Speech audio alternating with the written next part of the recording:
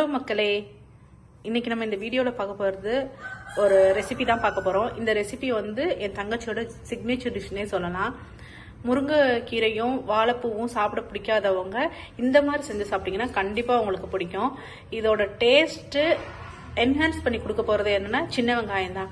எவ்வளோக்கு எவ்வளவு அதிகமாக போடுறோமோ அவ்வளோக்கு அவ்வளோ ரெசிபி வந்து சூப்பராக வரும்.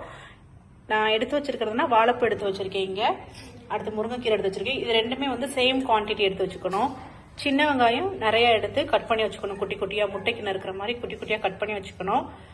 ஒரு 7-8 பட்டை மிளகாய் எடுத்து வச்சிருக்கோம். இதுதான் இதுக்கு தேவையான இன்கிரீடியன்ட்ஸ். இனிமேல் இது எப்படி செய்யலாம்னு பார்க்கலாம். வாங்க இப்போ எப்படி செய்யலாம்னு பார்க்கலாம். ஒரு பேனை நல்லா சூடு பண்ணிக்கிட்டு நல்லெண்ணெய் ஊற்றி காய வச்சுக்கணும்.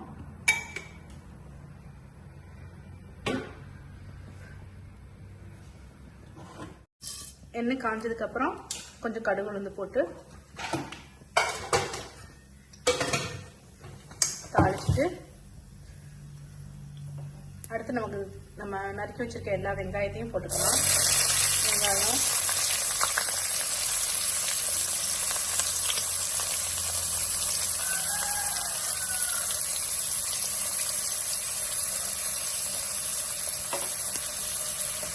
போட்டு தட்டை வச்சுக்கலாம்.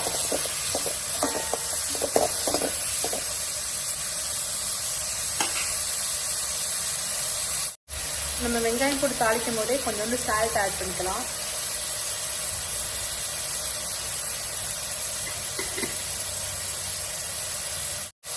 அப்புறம் நம்ம எடுத்து வச்சிருக்க வத்தலை வந்து பிச்சு போட்டுக்கலாம்.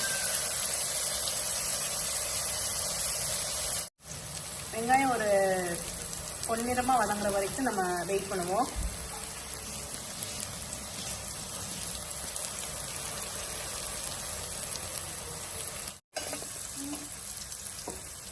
இப்போ வாழைப்பூவை ஆட் பண்ணுறோம்.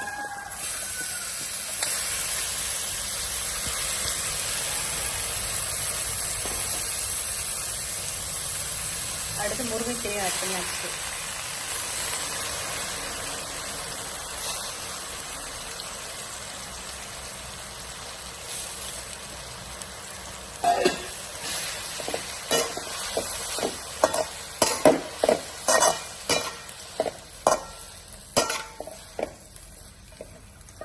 எண்ணெயை ஆட் பண்ணிட்டு கிளறி விட்டுடணும். இதை இப்படி கிளறி விட்டுட்டு ஒரு 10 மினிட்ஸ் வந்து நம்ம மூடி போட்டு வச்சிடலாம். மீடியம் ஃப்ளேம்லேயே இருக்கட்டும். 10 மினிட்ஸ் கழிச்சு வந்து பார்க்கலாம் எப்படி இருக்குன்னு. இப்போ ஒரு 10 மினிட்ஸ்க்கு மேலே ஆச்சு. ஓப்பன் பண்ணி பார்த்தா கொஞ்சம் வதங்கி இருக்கு. மறுபடியும் நல்லா மிக்ஸ் பண்ணி விட்டுருங்க.